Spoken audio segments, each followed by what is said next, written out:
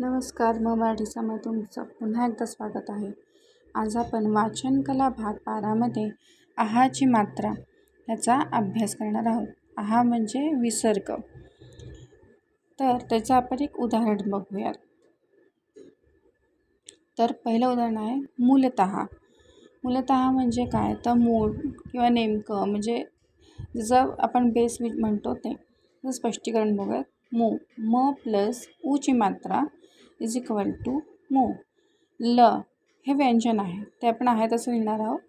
आणि तहा म्हणजेच त प्लस आहाची मात्रा हे तहा होते. तर अशा प्रकारे मूलतः हा शब्द तयार झाला आहे.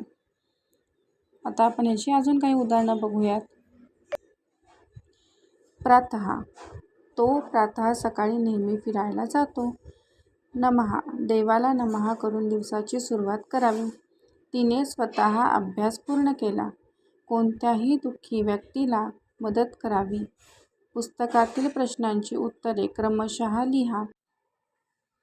जादूचा खेळ पाहून सगळे निशब्द झाले.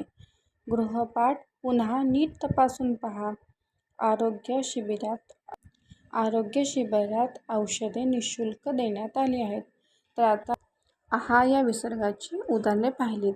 आता व्हिडिओ आवडला असेल तर त्याला नक्कीच लाईक, शेअर आणि कमेंट करा. धन्यवाद.